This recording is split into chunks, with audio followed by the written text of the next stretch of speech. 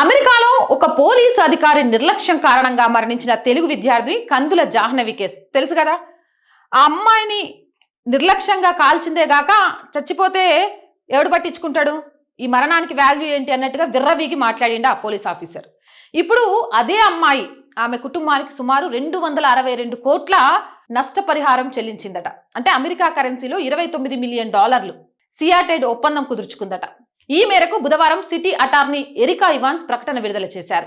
కందుల జాహ్నవి మృతి చెందడం అత్యంత బాధాకరమని, ఈ పరిష్కారం ఆమె కుటుంబానికి కాస్త ఉపశమనం కలిగిస్తుందని ఆశిస్తున్నట్లు సియాటెల్ అటార్నీ ఆ ప్రకటనలో పేర్కొన్నారు. అయితే దీనిపై జాహ్నవి కుటుంబం తరపున అటార్నీ నుంచి ఇంతవరకు కూడా ఎటువంటి స్పందన లేదు.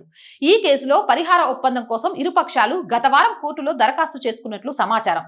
ఏపీలోని కర్నూలు జిల్లాకు చెందిన జాహ్నవి ఉన్నత చదువుల కోసం 2021లో అమెరికాకు వెళ్ళింది.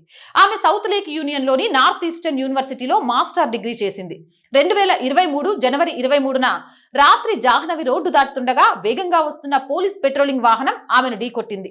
ఈ ఘటనలో జాహ్నవి తీవ్రంగా గాయపడింది. అక్కడికక్కడే ప్రాణాలు కోల్పోయింది.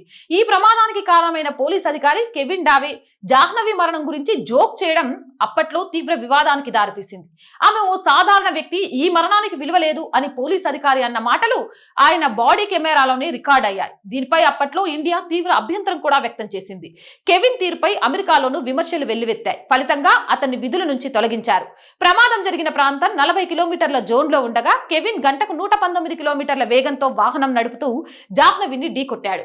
ఆమె 100 అడుగుల దూరం ఎత్తుకు ఎగిరిపడినట్లు గతంలో వార్తలొచ్చాయి. మరోవైపు ఈ కేసులో సరైన సాక్ష్యాధారాలు లేకపోవడం వల్ల డెవేపై అభియోగాలు మోపడం లేదని పేర్కొంటూ కింగ్ కౌంటీ ప్రాసిక్యూటింగ్ కార్యాలయం ఓ ప్రకటన గతంలో విడుదల చేసింది.